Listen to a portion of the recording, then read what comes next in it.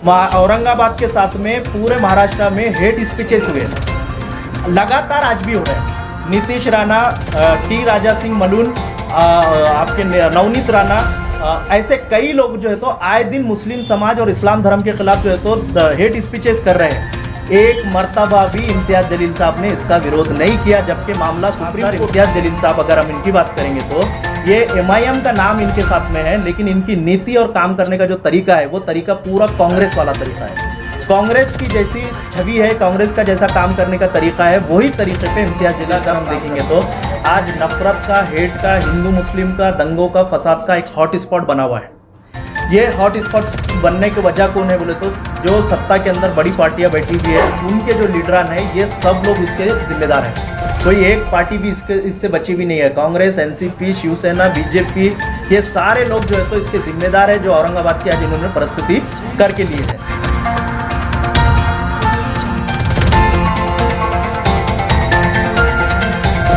आज SDPI social democratic party of India का जो प्रेस कॉन्फ्रेंस है, उसका मेन मकसद ये है कि आने वाले लोकसभा इलेक्शन के अंदर एसडीपीआई औरंगाबाद लोकसभा क्षेत्र से अपना कैंडिडेट अनाउंस करने जा रही है। 5-6 दिन के अंदर हमारी नेशनल कमेटी के लोग आएंगे और वो जो है तो कैंडिडेट का अनाउंसमेंट करेंगे। मतलब हम जो है तो इलेक्शन कॉन्टेस्ट करने जा रहे हैं। अभी इसके अंदर लेकर बहुत सारे सवालात जो है तो जनता के अंदर आएंगे। वो जनता को अपने सवालात जो है तो अपने रखने के लिए हमने जो प्रेस कॉन्फ्रेंस रखा है कि देखिए, सबसे पहली चीज़ ये है कि औरंगाबाद अगर हम देखेंगे तो आज नफरत का, हेट का, हिंदू मुस्लिम का, दंगों का, फसाद का एक हॉट स्पॉट बना हुआ है। ये हॉट स्पॉट बनने की वजह कौन है बोले तो जो सत्ता के अंदर बड़ी पार्टियां बैठी हुई है, उनके जो लीडरान है, ये सब लोग उसके जिम्मेदार हैं। कोई एक पार्टी भी इससे बची भी नहीं है। कांग्रेस, एनसीपी, शिवसेना, बीजेपी, ये सारे लोग जो है तो इसके जिम्मेदार है, जो औरंगाबाद की आज इन्होंने परिस्थिति करके लिए है। और साथ ही साथ औरंगाबाद शहर जो 20-25 साल पहले, 30 साल पहले इंडिया के अंदर एक फास्ट डेवलपमेंट वाला एक कंट्री कहा जाता था, आज ये शहर कहा जाता था, आज हर मैदान के अंदर औरंगाबाद जो है तो पिछड़ रहा है। हर मैदान के अंदर औरंगाबाद जो है तो बैकवर्ड हो रहा है। इसके अंदर शिक्षा के अंदर, हेल्थ के अंदर, आपके रोजगार, जॉब्स के अंदर, विकास, डेवलपमेंट के अंदर, ये तमाम मुद्दों के अंदर जो है तो औरंगाबाद की परिस्थिति बहुत खराब से खराब होते जा रही है। ये यहाँ तक कि जबकि ये 100 शहरों के अंदर स्मार्ट सिटी डिक्लेयर किया जा चुका है। अगर G20 यहाँ पे ना होता तो औरंगाबाद की परिस्थिति और ज़्यादा बदतर दिखाई देती थी। G20 की मनूर थोड़ा सा जो है तो ये है कि शायद थोड़ा बहुत डेवलपमेंट के अंदर आया। ऐसे ही अभी यहाँ पर जो है तो औरंगाबाद लोकसभा क्षेत्र में मुस्लिम समाज से जुड़ा हुआ एक MP है, खासदार है। तो क्या एसडीपीआई मुस्लिम प्रतिनिधित्व, नुमाइंदगी को ख़त्म करना चाहती है? हरगिज़ नहीं। एसडीपीआई का वजूद ही ये हुआ है कि मुस्लिम जो नुमाइंदगी होना चाहिए सियासत के अंदर, ये बढ़ना चाहिए, ये मजबूत होना चाहिए। मुस्लिम समाज की राजकीय परिस्थिति और राजकीय सियासी आवाज़ जो है तो मजबूत होना, इसका हमारा मेन उद्देश्य है। लेकिन अगर कोई खासदार इम्तियाज जलील साहब, अगर हम इनकी बात करेंगे तो ये एमआईएम का नाम इनके साथ में है, लेकिन इनकी नीति और काम करने का जो तरीका है वो तरीका पूरा कांग्रेस वाला तरीका है। कांग्रेस की जैसी छवि है, कांग्रेस का जैसा काम करने का तरीका है, वही तरीके पे इम्तियाज जलील साहब काम करते हैं। मतलब जो राहुल गांधी साहब या देखेंगे, आप देखें तो मुस्लिम समाज से जुड़े हुए नाइंसाफियाँ होती है, जुल्म ज़्यादतियाँ होती है, तो राहुल गांधी उसके ऊपर कुछ नहीं बोलेंगे, आवाज़ बंद कर लेते हैं।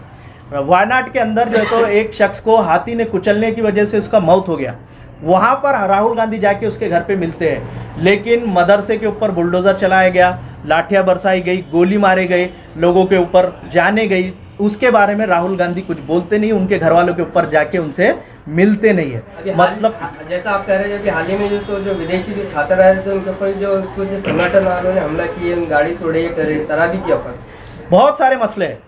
तो ऐसे ही औरंगाबाद लोकसभा के अंदर और इम्तियाज जलील साहब का मसला है। मुस्लिम समाज से जुड़ा हुआ कोई भी मसला क्यों ना हो, उसके ऊपर मुस्लिम समाज पे जाती जुल्म ज़्यादती होंगी, इम्तियाज जलील साहब पूरी तरह खामोश रहेंगे। मिसाल के तौर पर औरंगाबाद के साथ में पूरे महाराष्ट्र में हेट स्पीचेस हुए लगातार आज भी हो रहे हैं।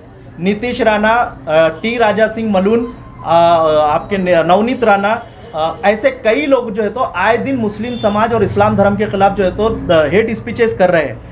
एक मर्तबा भी इम्तियाज जलील साहब ने इसका विरोध नहीं किया, जबकि मामला सुप्रीम कोर्ट तक गया। वो तो कह रहे थे कि इसके अलावा मुंबई से इलेक्शन लड़ेंगे कि मुसलमानों से इंसाफ नहीं हो रहा बोलते। मुंबई से लड़ो, आप अकोला से लड़ो, नागपुर से लड़ो, आप कहीं से भी लड़ो, लेकिन आपका पहले 5 साल का मुहासेबा करो। आप जो है तो AIMIM के स्टेट प्रेसिडेंट है। स्टेट प्रेसिडेंट का मतलब ये होता है कि पूरा महाराष्ट्र की जिम्मेदारी आपकी है। दूसरा, आप एक खासदार है, तो मीरा रोड के अंदर अगर नाइंसाफ़ी हुई, जुल्म ज़्यादती हुई, तो इंसाफ के वास्ते आवाज़ बुलंद करने के वास्ते स्टेट प्रेसिडेंट की हैसियत से आपने उठाने के वास्ते आपको क्या रुकावट थी? आप खासदार थे, क्यों नहीं बात कर सकते?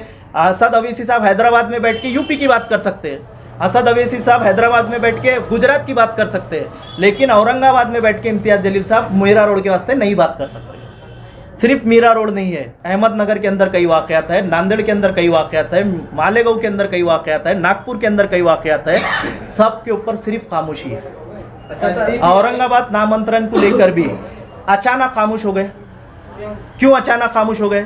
दूसरा, कोर्ट ने पहले नोटिफिकेशन में स्टे दिया। ठीक है सर, अभी तो खैर इलेक्शन भी, अभी SDPI की तरफ से कौन सा कैंडिडेट है आपका औरंगाबाद में? हमारे पास एक लिस्ट है, डिस्कशन में फाइनल होने वाला है। हमारे नेशनल की कमेटी का विजिट होने वाला है औरंगाबाद के अंदर।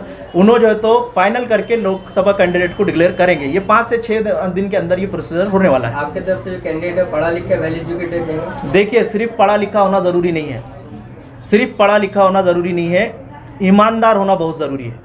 अगर ईमानदार है तो बहुत अच्छा है, लेकिन पढ़ा लिखा बेईमान है तो ये हमारी नस्लों को बर्बाद करके चल जाएंगे। हिटलर जो है वो बहुत ज़्यादा पढ़े लिखा, बहुत ज़्यादा होशियार, बहुत ज़्यादा ज़हीन है, लेकिन उसकी नीयत ख़राब थी। उसने जो है तो करोड़ों लोगों को, लाखों लोगों को उनकी ज़िंदगियाँ बर्बाद कर दिया।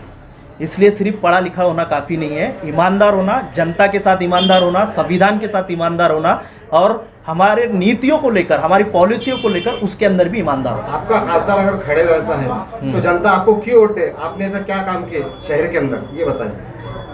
औरंगाबाद के अंदर अगर पिछले 2 साल से अगर आप देखेंगे तो हर छोटे बड़े मुद्दे के अंदर SDPI का इंटरफेयर है। कटकट गेट का मामला हो, अभी जो है तो कॉरपोरेशन का जो डेवलपमेंट प्लान है उसके अंदर मामला हो, या किराड़पुरे का दंगा हो, शाहगंज राजा बाजार का दंगा हो, डेवलपमेंट के इशू हो, आपके गुंटेवारी का जो मामला आया था वो गुंटेवारी का मामला हो, कोरोना के अंदर खिदमत के अंदर हो, ऐसे बड़े बड़े खिदमत जो है तो लगातार SDPI की है।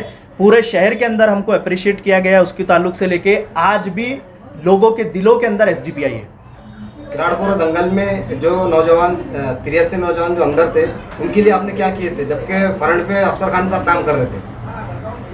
कोई भी राजनीतिक पार्टी का, राजनीतिक लीडर का सबसे पहला काम होता है कि वो इंसाफ की आवाज़ बुलंद करे।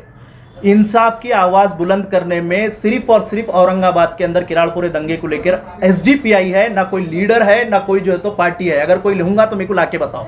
बेल कराना एक सोशल वर्क है। सोशल वर्क बहुत सारे सोशल पार्टी जैसे जमायतुल उलमा है, मिली तंजीमें है, ये भी करते हैं। सियासी पार्टी का काम होता है इंसाफ की आवाज़ बुलंद करना। हमने इंसाफ की आवाज़ बुलंद की है। हमने बताया मुनीरुद्दीन जिनको गोली लगी वो बेकसूर आदमी है। हमने बताया समीर खान जो मारा गया है वो भी बेकसूर है। हमने बताया जो है तो बजरंग दल के कुछ गुंडे जो है तो पहले किराड़पुरे में आके माहौल ख़राब करे, ये SDPI ने बताई। तो औरंगाबाद के किराड़पुरे के दंगे के अंदर असल हीरो कोई है तो वो है SDPI, social democratic party of India. Sir आप देख रहे हैं कि जैसे नेशनल और इंटरनेशनल मीडिया पे जो इलेक्ट्रॉल बॉन्ड का बहुत बड़ा स्कैम चल रहा है, क्या कहेंगे इसके? इलेक्ट्रॉल बॉन्ड को लेकर भी हमारे देश को, हमारी जनता को साथ में इतना बड़ा धोखा हुआ है आज। लेकिन इसके साथ आपको बोलना पड़ेगा कि इसके अंदर सिर्फ BJP नहीं है, पूरे पॉलिटिकल पार्टियाँ इसके अंदर इन्वॉल्व है। आज SDPI नेशनल लेवल पर हमारा सोशल मीडिया का एक कैंपेन चल रहा है 19 मार्च से लेकर 24 मार्च तक। लगातार हम जो है तो BJP सरकार और दूसरे लोगों को क्रिटिसाइज़ कर रहे हैं। हमारे पोस्टर देखिए आप, हमारे कमेंट्स देखिए, हमारे ट्वीट्स देखिए, आप जाके चेक करिए। तो SDPI सबसे पहली सब में सबसे ज़्यादा आवाज़ उठाने वाली पार्टी इस मुद्दे को अंदर है। सर जैसा कि महा विकास आघाड़ी एक कमेटी बनी है तो उसमें कोई मुस्लिम चेहरा दिखाई नहीं दे रहा है। मुस्लिम के वोट होने वाले कोई मुस्लिम चेहरा नहीं है। यही तो हमारी हमेशा शिकायत रही है। SDPI 2009 के अंदर जब बना था, ये नई पॉलिटिकल पार्टी बनाने का जो मकसद भी यही था कि जो मौजूदा पॉलिटिकल पार्टियां हैं इनके नेचर के अंदर इंसाफ नहीं है, इनके काम के अंदर संविधान का सही प्रेम नहीं है, इनके मिजाज के अंदर जो है तो जनता के साथ में ईमानदारी नहीं है। ये अमन, चैन, सुकून, डेवलपमेंट को लेकर बेईमान लोग हैं पूरे। इसीलिए SDPI का वजूद हुआ। तो आज भी इनका यही रवैया है, इससे कोई हमको ताज्जुब नहीं है ज़्यादा। सर जैसा कि एसडीपीआई खुद अकेले लड़ेंगे, किसी के अलायंस के साथ करेंगे या फिर? नहीं, अभी अलायंस का वक्त ख़त्म हो गया। अब हम तनहा जो है तो महाराष्ट्र के अंदर 3 सीट कॉन्टेस्ट करने जा रहे हैं। 3 सीट हम जो है तो लड़ेंगे। तो नाम बता सकते हैं? 3 सीट में साउथ सेंट्रल मुंबई है, औरंगाबाद लोकसभा क्षेत्र है और परभनी लोकसभा क्षेत्र है। 3 जगह है, हम 3 जगह फाइनल करेंगे। चलिए, थैंक यू।